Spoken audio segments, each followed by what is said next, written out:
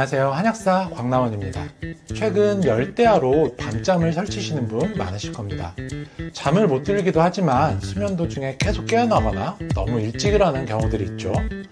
단순한 불면증으로 알고 대수롭지 않게 지나치지만 사실은 심장병의 시한폭탄을 안고 있는 것일 수도 있습니다.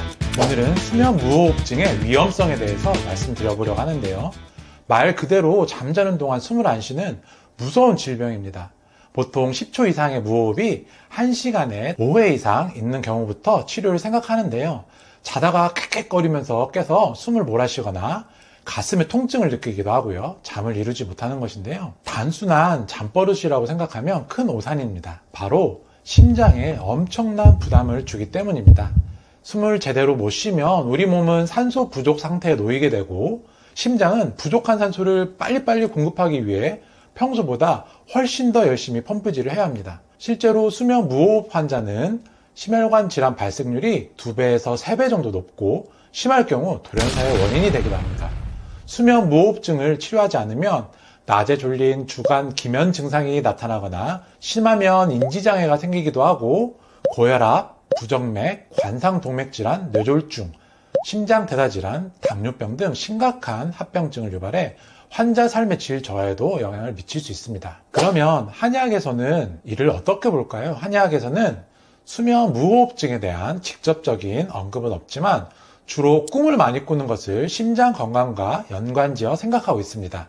옛날의 진이는 잠을 자면서 꿈을 꾸지 않았다. 잠을 자면서 꿈을 꾸지 않는 것은 정신이 온전하기 때문이다. 짐이 실하면 근심하거나 놀라거나 괴상한 꿈을 꾼다. 짐이 허하면 혼백이 들뜨기 때문에 복잡한 꿈을 많이 꾼다. 라고 하여 심장 건강에 따라 꿈을 꾸며 꿈을 꾸지 않는 것을 좋은 상태로 보았습니다. 얕은 수면 상태인 렘 수면 상태에서 꿈을 꾼다는 현대적 해석과도 맞닿아 있죠.